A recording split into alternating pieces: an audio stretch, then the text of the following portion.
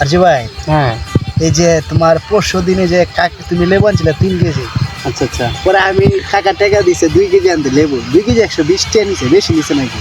না আমিও তো 60 টাকা কেজি আনছিলাম, তো তুই তো করতে আনছস। আমি করিমগঞ্জ বাজার থেকে আনছি। আমি তো আনছিলাম কিষণ যত, তোমার কাছ থেকে কয় টাকা নিছে? 60 টাকা কেজি নিয়েছিল। তো তো তো তোর লস হয়ে গেল না? না ভাই, তো আমি লাভ বললাম, তো আমি লাভ আমার না, কারণ আমি 60 টাকা নিই, তুই 60 টাকা জানছস। না ভাই, আমি তো করিমগঞ্জে ভাড়া কম না, 10 টাকা করে ভাড়া। ও হ্যাঁ হ্যাঁ, আমার তো 30 টাকা ভাড়া লাগছে।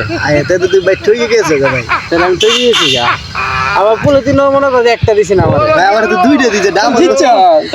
কোকি হ্যাঁ তো বল দুইটা হাসিস না, তুই জিতছস। ভাই, আমার বাড়ির সামনে নামায় দিছে গাড়ি। গাড়ি হ্যাঁ। আমার তো একাবিতে মনে হয় আছি, চাকা পাঞ্চার হয়ে গেছিন গা। এতে ভাই রাখছে 20 টাকা হেন তো, আবার বাজেছিল রাখছে 20 টাকা, তো 30 টাকা 40 টাকা 10 টাকা বেশি গেছে। তুমি তো টকছো ভাই। তাহলে আমি তো সব দিকে ঠকে গেলাম গা। তাহলে ভাই করিমগঞ্জে লেবু আনার দরকার আছে। তাহলে আমরা করিমগঞ্জের বাজারে আসল বাজার, ঠিক আছে। তাহলে আমরা আর কি সঞ্জার খাইলাম না। দরকার